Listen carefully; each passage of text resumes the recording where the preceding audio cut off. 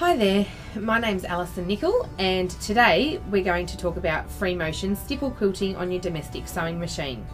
There are a few tips and tricks to make this quilting so much easier to do, and I know that a lot of girls are really scared about doing free motion quilting, but it's actually quite fun and can be somewhat therapeutic. I find I like to use some gloves when I'm machine quilting, when I'm doing stipple quilting.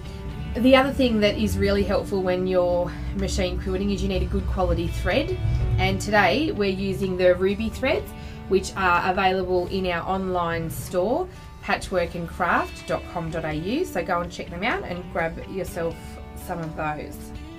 Now with free motion stipple quilting you need to change the foot on your sewing machine. There are lots of feet on the market. Some call it a darning foot, others call it an open toe quilting foot, some call it a stipple foot. Each machine has a different foot for this, so if you just head up to your local sewing machine dealer, they will be able to help you grab the foot that's right for your machine.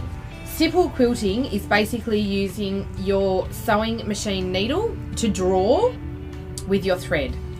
So it's pretty much just about drawing a pattern in your head, and then we're just transferring it onto our quilt.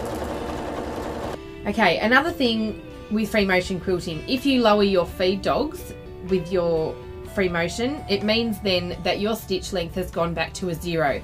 You are now controlling the length and the stitch of your sewing, your actual stitches. So the faster your machine is working, the smaller your stitch is. So the slower your machine is working, the longer your stitch is. Because I haven't lowered my feed dogs, I've left my stitch length at a 3. And what I'll show you here is by going super fast, your stitches are much tighter and smaller.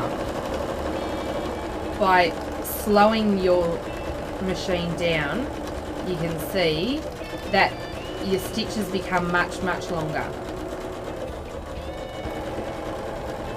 The other thing that a lot of girls are concerned about with free motion quilting is they get a bit worried about where they need to go next, and they're worried a little bit about the curves and that their curves don't end up looking like the points of a diamond. And basically it's all about practice. It's all about finding the groove that you find comfortable with. Often with quilting patterns it's about drawing them out onto normal bits of paper first, and then it actually imprints that design into your brain and it makes it easier.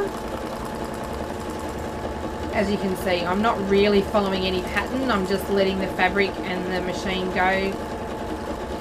And what I find as well is if I'm doing a big project, I'll actually have a quilt sandwich next to me all the time.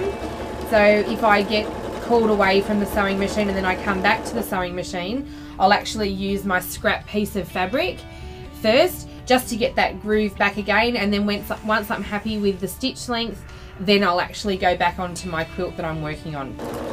And again, really relax your hands.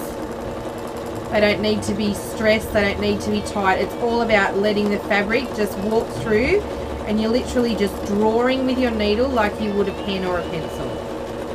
And it's really achievable on all your domestic sewing machines now.